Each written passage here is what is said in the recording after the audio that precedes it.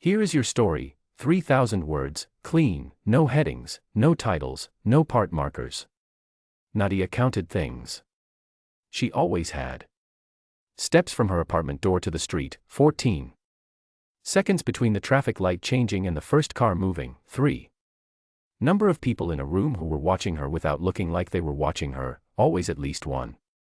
She counted because numbers were honest. Numbers did not lie, did not shift, did not wake up one morning and decide they meant something different. Numbers were the only things she fully trusted anymore. She had been living in Naples for 2 years under a name that was not hers, in an apartment that smelled like old wood and someone else's cooking. She had a job, bookkeeper for a mid-sized shipping company near the port, and she had kept her head down and her numbers clean and her life deliberately, carefully small. Small enough to fold up and carry. Small enough to abandon without grief. That was the plan. Then she found the discrepancy. It was not a large one. 400,000 euros, moved through 3 subsidiary accounts over 8 months, labeled as equipment maintenance for vessels that did not exist. She found it on a Tuesday afternoon, coffee going cold beside her keyboard, the office quiet around her. She sat with it for a long time. She recognized the shape of it, had seen similar shapes before, in a different country, in a different life, in the kind of paperwork that gets people into trouble for knowing about it. The smart thing was to close the file, go home, and forget. She copied it instead. She told herself it was insurance. Something to hold, in case they came for her before she could disappear again. She put it on a small drive and tucked it in the inside pocket of her coat, against her ribs, and she walked home through the Naples evening with the sea wind at her back and 14 steps echoing in her head. She did not sleep well that night. She dreamed of running, which was not unusual. She had been dreaming of running for 5 years. Within 3 days, she understood she had made an error. Not in finding the discrepancy. In staying long enough afterward that someone noticed her noticing. A man from the legal department stopped by her desk to ask a question that had nothing to do with anything she was working on. A different man held the elevator door for her in a way that felt less like courtesy and more like observation. Small things. The kind of small things that most people would not see. Nadia saw all of them. She left the apartment the next morning with 1 bag and did not go back. For 2 weeks, she moved through the city the way she had learned to move through cities, quietly, with her coat on, eating standing up at counters where no one knew her name. She slept in 2 different borrowed rooms, stayed away from her phone, paid for everything with cash she had been putting aside for exactly this kind of emergency because she had known, in the way people who have survived once always know, that the emergency would eventually come again. Naples was beautiful in the autumn, all orange light and salt air and noise that felt alive rather than threatening. She could not see it. When you are counting exits and measuring distances and running the arithmetic of survival, beauty becomes a distraction you cannot afford. She knew whose company she had been working for by the end of the first week. She had heard the name Ricci the way everyone in Naples had heard it, at a certain distance, in a certain tone, as a fact of the city's geography rather than something that required direct response. The Ricci family had operated in Naples for 3 generations. They were not loud about it. Loud was for people who felt the need to prove something. The Ricci family did not prove things. They simply continued to exist, which was its own kind of statement. The current head of the southern branch was a man named Luca. She found this out from a newspaper article she read in a cafe, sitting at the back with her coffee and her 1 exit counted and memorized. There was a photograph. She looked at it for 3 seconds and then turned the page, because looking too long at things that frightened you was its own kind of mistake. She had not expected to see him in person. It happened on a Thursday evening, 11 days into her disappearance. She knew a cook, a man named Roberto who worked at a restaurant near the waterfront and who owed her a favor from a winter 2 years ago when she had helped his daughter navigate a complicated rental dispute. She needed cash and a contact and she went through the service entrance, coat on, bag over her shoulder, counting the kitchen staff before she was fully through the door. She did not know whose restaurant it was. She found Roberto. She spoke to him quietly in the corner of the kitchen, and he pressed some folded bills into her hand and wrote a name on a piece of paper and told her to be careful, which people always said when they meant they could not help anymore. She said thank you. She turned to leave. Through the pass-through window, she saw the dining room. There were several tables occupied. One table near the far wall held a single man eating alone, unhurried, with a glass of red wine he had not yet finished. He was looking at her. Not the way people look when they notice someone.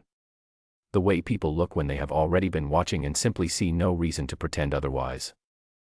She held his gaze for 1 second, her standard, enough to gather information without offering an invitation, and then she walked out through the service door and did not run until she reached the alley. She ran then. For blocks, which was 2 blocks more than necessary, and then she stopped in a doorway and put her back against the wall and counted her breaths until they steadied. 7. 8. She was fine. She had not been caught. She was fine. He did not send anyone after her that night. She found that more disturbing than if he had. The warning came 11 minutes before they arrived at her door. A text from a number she did not recognize. One word. Roof. She did not waste time wondering who had sent it. She took her coat, her bag, the small drive still pressed against her ribs, and she went up. The rooftop was flat and wide, edged on 3 sides by low walls and on the 4th by a rusted metal railing that had not been maintained in years. Naples spread out below in every direction, lights and noise and the dark suggestion of the sea somewhere beyond. The wind was steady and cold and smelled of salt and someone's dinner cooking 4 floors down. Nadia walked to the railing side. She stood with her back to the drop and looked at the door that led back down into the building. She was not thinking clearly. She knew she was not thinking clearly because she was here, on a roof with nowhere to go, when the alley exit had been available and she had not taken it.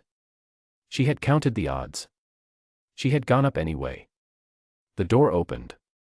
He came through it alone. No one behind him. He was taller than the newspaper photograph had suggested and wore a dark coat that had cost more than her monthly salary, and he moved with the specific unhurried quality of a man who had never in his life needed to rush, because things waited for him rather than the other way around. He stopped 6 feet away. He looked at her. Not with anger. Not with anything she had a quick word for. He looked at her the way you look at something unexpected, a weather shift, a wrong turn that lands you somewhere better, trying to decide what category it belongs to. You copied one file, he said. His Italian was southern and careful, the kind that came from choosing every word before you released it. You didn't send it anywhere. You didn't sell it. You didn't use it. He paused. Why? She did not answer. She was counting the distance between them, the height of the railing behind her, the number of seconds it would take him to cross the 6 feet if he decided to move. 3 steps. Maybe 2, for him.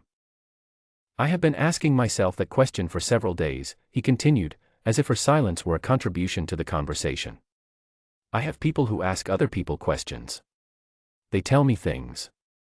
What they told me about you is that you are very good at numbers and you have been careful for a long time.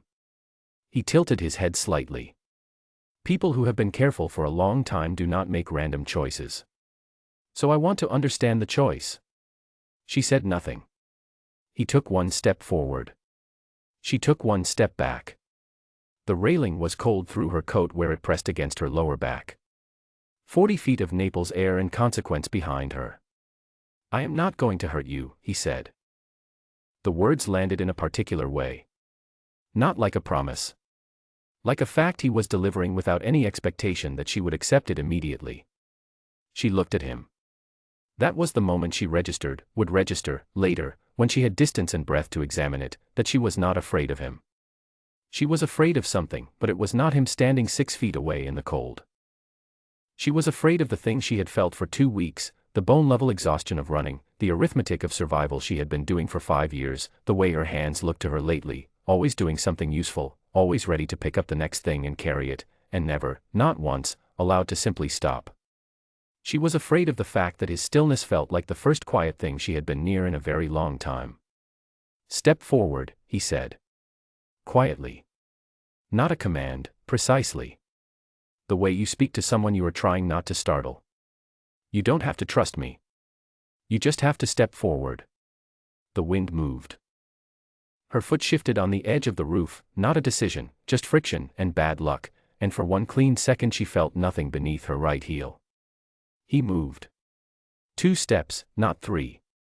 His hand closed around her wrist, not tight enough to hurt, tight enough to mean it, and he pulled, and she came forward off the railing and landed hard against his chest, breathing in a ragged way she could not control, her coat twisted, the small drive in her inside pocket pressed between them like a heartbeat. He did not let go of her wrist. She did not pull away. They stood there in the Naples wind, the city going about its business 40 feet below, neither of them speaking. She was aware of several things at once. The warmth of him, which was not something she had expected from a man like this. The steadiness of his breathing while hers was still uneven. The way he was holding her wrist, not restraining, not leading. Just holding. Like he had caught something he was still deciding what to do with, and he was willing to take the time to decide correctly. "The file," he said, eventually. "I have it," she said. Her voice came out level, which surprised her. "I know. I was going to use it if," she stopped. "If," he said. "If things went a certain way." He was quiet for a moment. The wind moved between them. "What way did you think things were going to go?" She looked up at him. He was watching her with an expression she did not have a clean name for, not calculation, not softness, somewhere in between, the kind of look that belonged to someone who had spent a long time making hard decisions and had recently encountered a situation where the hard decision was not immediately clear. "I didn't know," she said. "I just wanted something to hold." Something shifted in his face. Minor. She would have missed it if she had not been watching closely, and she was always watching closely. "You have been running for a long time," he said. It was not a question. "Yes." "Before Naples?"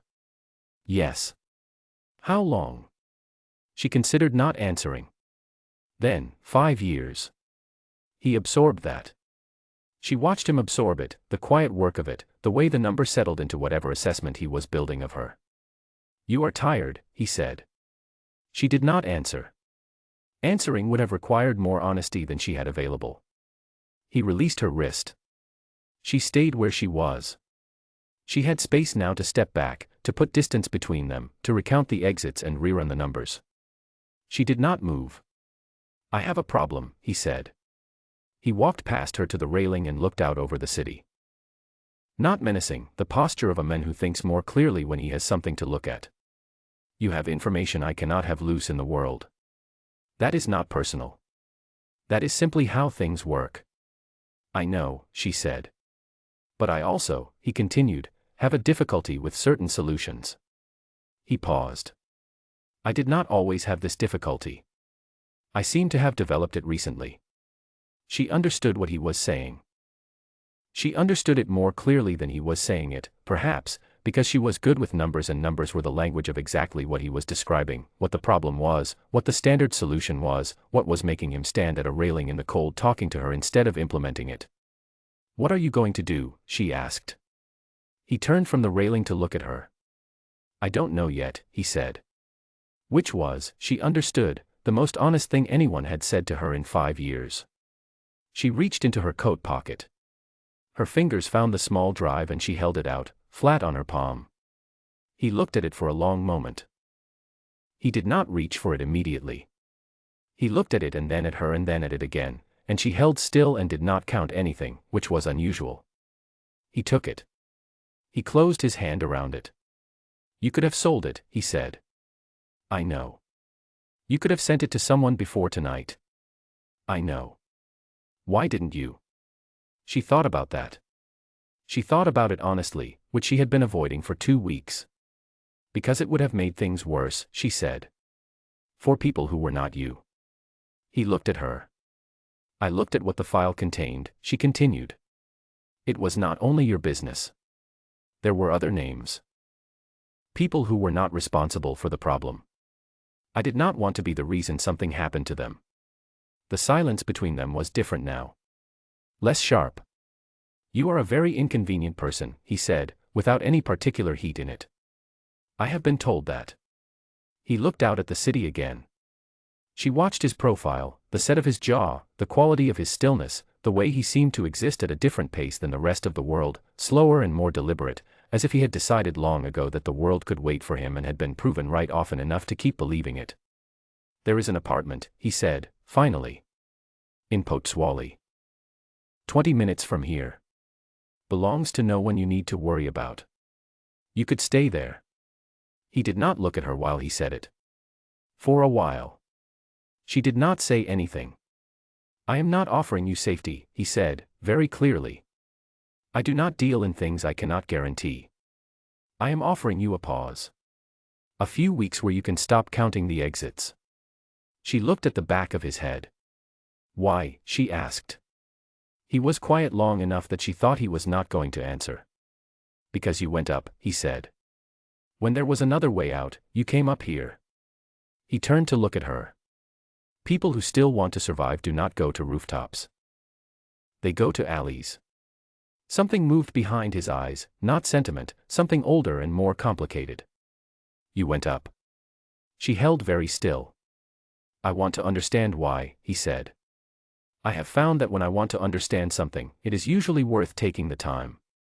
The city was loud and alive and indifferent below them.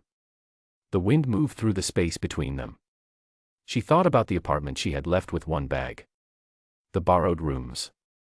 The standing meals and the cold coffee and the 5 years of careful, deliberate smallness, a life she had constructed like a building with no windows, structurally sound and completely without light. She thought about the way his hand had felt around her wrist. Not like capture. She should have been afraid of what came next. She was only afraid of how much she wasn't. Wally, she said. 20 minutes. She picked up her bag from the roof floor where it had fallen. She walked toward the door that led back down into the building. She stopped with her hand on the frame and did not look back at him. My name is not the name I used at the company, she said. I know, he said. My real name is Nadia. A beat. I know that too, he said. She went through the door and down the stairs and out into the Naples night, and for the first time in 5 years she did not count her steps.